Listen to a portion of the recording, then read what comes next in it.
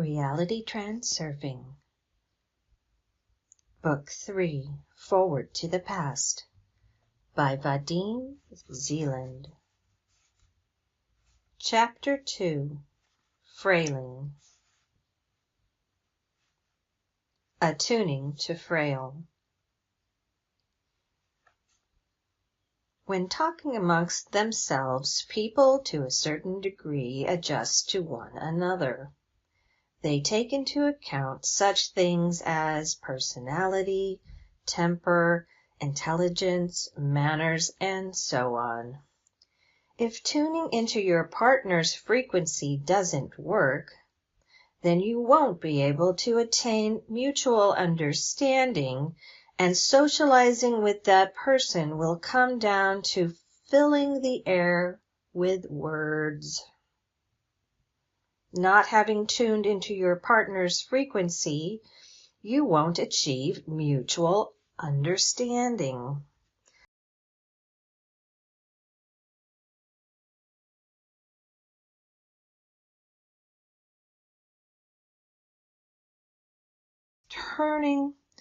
The phrase tuning into your partner's frequency is of entirely relative nature.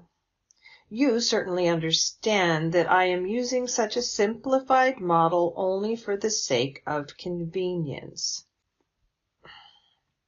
How the actual tuning into someone's frequency happens on the physical level is actually of no importance to us. The point is that every person has a characteristic individual set of his personality parameters. While establishing a close contact with another person, you are practicing frailing. You are tuning into his parameters.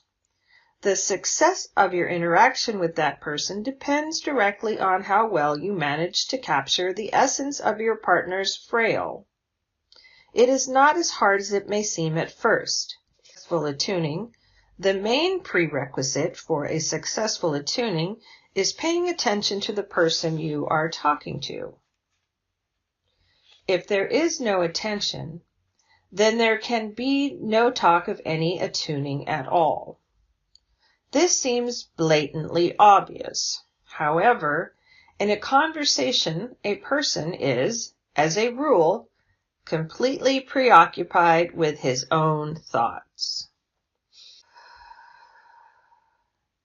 One major businessman once said, "Everyone is trying to offer me something, but no one has ever asked me what I need." People who are trying to get something from others are thinking about their problems and about ways of solving these problems with the help of other people. This is pure internal intention. By doing the opposite, that is, thinking about what the other people want, you are setting in motion the mechanism of external intention.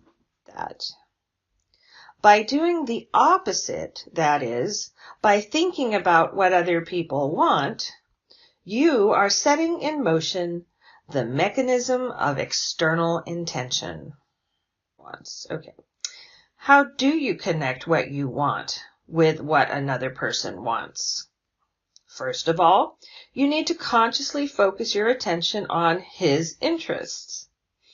Move your inner gaze away from yourself and onto the person you are talking to. Let me repeat that. Move your inner gaze away from yourself and onto the person you are talking to. A person will only be interested in answering a counter question if it has something to do with his own problems and ambitions. Your thoughts are focused on what you want to get, but others could care less. After all, do you care much about what others want? That is exactly how people are thinking about their own problems. And they do not care about what other people want. Therefore, the only way to find a common language and understanding is to have a conversation with a person in the context of his own interests. own interests. Again, therefore, the only way to find a common language and understanding is to have a conversation with a person in the context of his own interests. You have already done more than enough thinking about your problems. Now switch your attention to your partner's interests. Let the context of your partner's intention make out the base of the conversation, and put your own problem on top of it. For example, you want to go on vacation in August. This is something you need to do. You are thinking about your interests. And what is your boss thinking about? He is thinking about your job, but not in any way about your vacation. There are two solutions to this problem. First, you approach your boss and start moaning about your problems and about what you want. Second, you tell him that you expect an increased workload in September. Therefore, you would like to go on vacation in August and have everything done in time in September. What do you think? Which one of these two options will get you the vacation in August? Perhaps your boss would have said that you could go on vacation in October, but most likely he will agree with you because he hears you talking on his frequency. When talking to a person in the context of his interests, you are tuning into the radiation frequency of his thoughts. If the little donkey doesn't want to listen to you at all and doesn't want to go where you wanted to go, then you, the writer, have one thing on your mind, and the little donkey has a completely different thing on his mind. The little donkey is thinking about a carrot. Show him the carrot, and he will go where you want him to go. What happens is that you place your intention in the context of the little donkey's intention. What will he get by granting someone else's wish? Ask yourself that question every time when you need someone to do something for you. If you find an answer to that question, then everything will work out.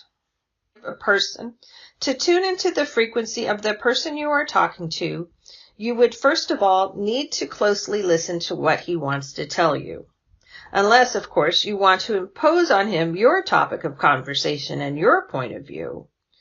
In a large group of people, everyone is trying to say something, but what they have to say doesn't mean anything, because nobody is listening to what the others are saying. Of course, people could pretend they are listening, but 90% of their attention is occupied with their own thoughts. To prove yourself an interesting person, you do not need to shine with wit and intellect. It is enough just to listen carefully to the person you are talking to. Let me try that again. If you are of no interest to a person, but you need to make him involved, talk to him about things that interest him. Forget for a while about what interests you. It is a completely different frequency. Switch over to the frequency of your partner. Put yourself in his place. Having done so, you will see what moves this person. You will find out why he acts the way he does. You will be able to understand his perspective on things of interest to you. Once you have tuned into his frequency, you can gradually move over to matters that you are interested in. His name. The first and very simple key to someone's frequency is his name. You cannot ignore the fact that from his very birth, a person has been responsive to someone calling his name. When you are talking to somebody, use his name more often and it will soon take effect. Addressing someone by his name is something of a code word, which lets the person know that you come with friendly intentions and that you recognize the significance of this person. Everyone is more or less keeping up a defensive field, protecting his or her significance. You won't be able to tune into the frequency of your partner if he is surrounded by a defensive wall of being official or distrusting. This obstacle could sometimes be removed with the help of a disarming spontaneity. If you are showing him that you do not keep a defensive field of your significance, and you have no intention to attack him, your partner will be lowering his protective screen as well. But the most efficient way of removing any separating wall is displaying your genuine liking towards this person. Let me repeat that. But the most efficient way of removing any separating wall is displaying your genuine liking towards this person. Why do we like our pets? Because they always let us know that they are sincerely happy to see us. They wag their tail, purr, jump, chirp, showing their delight in all possible ways. There are also other less social living beings, for example, goldfish, but such creatures do not instill love. They are like plants or part of the interior design. It is as if those who we love are telling us, I do not need anything from you. I am just so happy to see you. This is the main reason to why we love our pets. When socializing with people, if you want to be liked by them, let them know that you are happy to see them. You do not have to express your delight like dogs do. It is enough to smile, say hello enthusiastically, call the person by his name, and carefully listen to what he has to say. If you are acting like a goldfish, then your relationship with that person will be of the same nature. The mechanism behind this is very simple. On a subconscious level, your partner will be thinking the following: I met a person who is happy to see me. Hence, I am not a nobody. I mean something in this world. This particular person carries evidence of that. What a nice and lovely person. And involvement. Your attention and involvement must be sincere. There is nothing more vulgar than showing involvement as part of etiquette. Let me repeat that. There is nothing more vulgar than showing involvement as part of etiquette. People pull a smile on their face as if it were a prop. It is not a smile anymore, but something more like a tie. They ask each other out of habit, how are you? And wait for the routine answer. An answer that deviates from the expected one is perceived to be something of an abnormality. Why? No one cares about the problems of others. Then why ask how they are? When talking to a person, you could get into a resonance with him, radiating energy on the frequency that is characteristic of him. Each person has a resonance frequency. His favorite hobby, something he has a great interest in, something he is proud of. This interest of his represents a string that sounds on the resonance frequency. If you have successfully identified his passions in life, talk to him about it. Let him speak his mind with your help. This is the most effective way of establishing contact. Having caught onto this thin thread, you can now easily get into his good books. You could easily make someone like you if you ask him to help you overcome a difficulty or do you a small favor. Let me repeat that.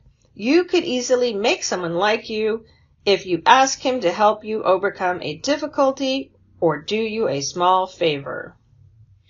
Having asked your partner a favor, you are abandoning your significance while increasing his. He would feel more significant if you let him know that you need his help, if you present him with the opportunity to prove himself, to highlight his importance. This person, having done what was asked of him, will feel needed when he is around you, and because of that, you will definitely be in his good books. The sense of personal significance is very expensive. If you let a person experience this feeling, he will not forget such generosity until the end of his life. Wouldn't you agree that you still remember with gratitude those people who appreciated your good qualities? You might think that I am exaggerating the sense of significance of a person. It is true if one were to look at Frailing from the outside, but it would seem that everyone is acting like big fish. Nonetheless, significance actually does play the main role in shaping behavior and motivation in people.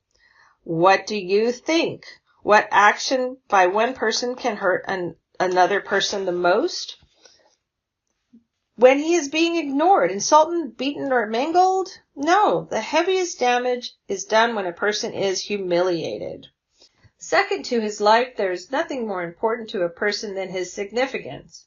The greatest hunger after physical hunger is the hunger for power. Of course, it is the highest and very last step of struggling for significance. Not many people get to the point where their struggle for significance develops into a hunger for power. But wouldn't you agree that if a person had absolutely everything, the only thing left for him to seek is power? Nothing is as exciting as power. Hence, you can make your own conclusion regarding the role of the sense of personal significance in shaping human behavior and motivation. Hence, you can make your own conclusions regarding the role of the sense of personal significance in shaping human behavior and motivation. Any criticism delivers a blow to the significance of a person. It is a kind of anti-frailing. Never tell people straight to their face that they are wrong. Let me repeat that. Never tell people straight to their face that they are wrong. Even if you are sure that you are right, it is always more useful to stay neutral. Then you won't deliver a blow to the significance of a person, and will at the same time shield yourself from the action of balancing forces. Another way to considerably hurt a person is to touch on his negative slide. The slide is maintained on the film of importance. Thus, by touching on the slide, you are touching on the raw. A negative slide is when a person doesn't like something about himself. Let me repeat that. A negative slide is when a person doesn't like something about himself. As you know, a person with a negative slide aims to conceal it from himself and project it onto others. But try to put forward a counter-accusation, and you will see what a violent reaction will follow. This person will never admit to someone else being right, and he will become your worst enemy. So it is better to leave the negative slides of others alone. And you should definitely not attempt to explain to a person that there is a slide in his head. The most precise attunement to a person's frail is, of course, being in love. Why and how it happens is very difficult to explain, if at all possible. So much has already been said on the subject. To achieve mutual love, you need to reject the right to possess and simply love, without expecting anything in return. You could save love if you do not turn it into a relationship of dependence. Yet there is nothing you can do to fall in love. That is all I can add to the subject. Thus, I have drawn a rough picture of the main principles that make out the method of frailing. As you may have noticed, dividing relationships by intention and by those moving with the flow is purely relative. Socializing that moves with the flow could be considered from the viewpoint of intention, and the other way around. But in the end, this is all frailing. You are turning into the frequency of your partner because you turn to one and the same side. You act in his interests and in a common direction. As a result, you get from that person what you could never have achieved by the usual methods of internal intention. End segment.